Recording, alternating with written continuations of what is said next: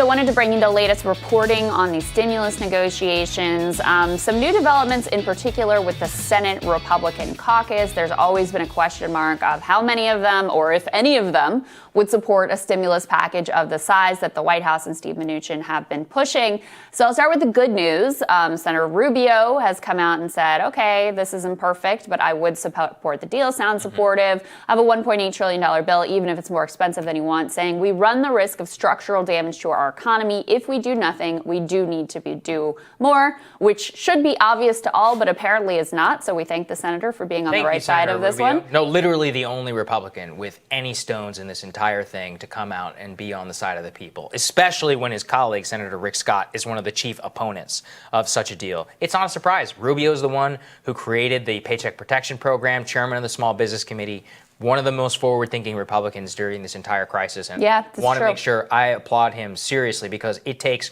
real guts to stand up against the entire Washington GOP establishment. Yeah. And that's what our friend Jeff Stein reports over at the Washington Post. Let's throw this story up there on the screen. I mean, it makes your blood boil, which is that, I mean, just Republican after Republican coming out on background, trashing even the idea of Steve Mnuchin negotiating with Nancy Pelosi. They were like, he negotiates harder with his own side than he does with her, and we are sick of it. And what he means by that is that they perceive any dollar figure that is given to Nancy Pelosi as against them. So think about their mindset.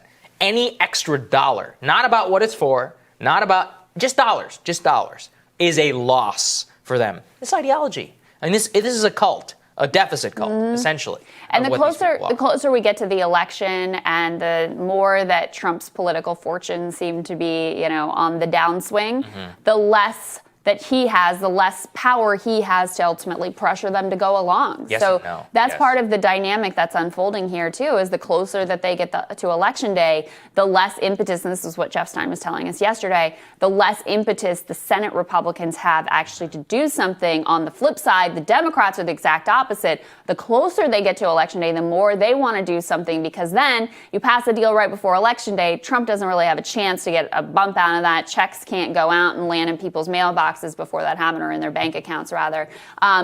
The other piece from Jeff's reporting about the Senate Republicans is it was basically a bunch of Republican aides bitching to him on background with anonymous quotes. Another one said, there are not 13 votes for this pile of crap Mnuchin is capitulating on. 13 votes being a significant number because that's the number, that's what you need to get to that filibuster-proof majority of the GOP caucus. So even if, and this is not clear, by the way, even if McConnell would go forward and put a bill on the floor that does not have a majority of support from the Republican caucus, even if he did that, what this person at least is saying is that they do not even have the minimum number to get this thing through if all of the Democrats vote for it and they rely on just a handful of Republicans. That's right. And remember, the president has not been an active participant in these negotiations. Steve Mnuchin is the one doing all of it. And Trump at last night's debate, when they finally got a stimulus question, I think like an hour or something in. It was an hour. He was like, after Russia, we had to talk about Russia first, Russia for 20 minutes. Okay.